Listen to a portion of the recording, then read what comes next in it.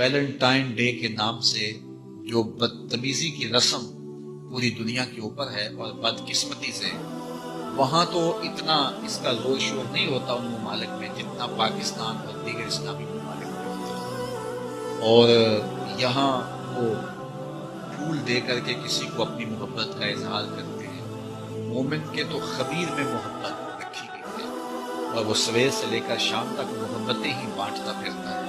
ہم محبت کے لیے ایک دن کو مخصوص نہیں کرتے، ہمارا ہر لمحہ پیار بانٹنے والا ہوتا ہے۔ اور وہ محبت نہیں ہے جو غیر محارم کے ساتھ ہوتی ہے، وہ بے حیائی اور شہوت کا ایک روپ ہوتا ہے۔ محبت کی سب سے زیادہ مستحق تو ماں ہے، محبت کی سب سے زیادہ مستحق تو یہ پاک باز ہستی ہے اس دنیاوی رشتوں میں، اور پھر باپ ہے تمہارا، اور تمہارے اعزاء و اقربا ہیں، تمہارے بچے ہیں۔ اور ہم صبح سے لے کر شام تک محبت ہی بانٹتے رہتے ہیں۔ پتہ نہیں لوگ ایک پھول سے اپنی محبت کا اظہار کرتے ہیں۔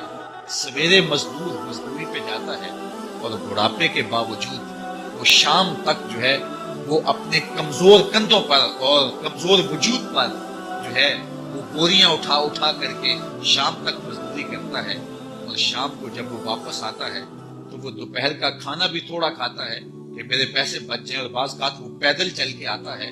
تو کیا اپنی اولاد کے ساتھ محبت کا ثبوت اس سے بڑھ کر بھی کوئی چاہیے؟ تو یہ تو محبت ہی ہے، اسلام تو محبت دیتا ہے۔ لیکن یہ ویلنٹائن ڈے کے نام سے بدتمیزی اور بھیا باختگی کا ایک پروگرام ہے۔ مسلمانوں کو ایسی رسمیں، اگرچہ ایسی یہ رسموں کے نقصانات نہ بھی ہوں جو مغرب سے آتی ہیں یا دیگر جو ہیں وہ لادین قوتوں سے آتی ہیں اور یا کسی اور دین سے آتی ہیں، ان رسموں کی بھی نفی کی گئی ہے۔ یہ جائے کہ وہ رسم جو اسلام کے بنیادی مزاج کے خلاف ہو۔ ہر دین کی کوئی پہچان ہوتی ہے، اسلام کی پہچان حیا ہے۔ اور اگر آپ مجھے پوچھیں کہ اسلام کا دوسرا نام کیا ہے تو میں کہوں گا اسلام کا دوسرا نام دین حیا ہے۔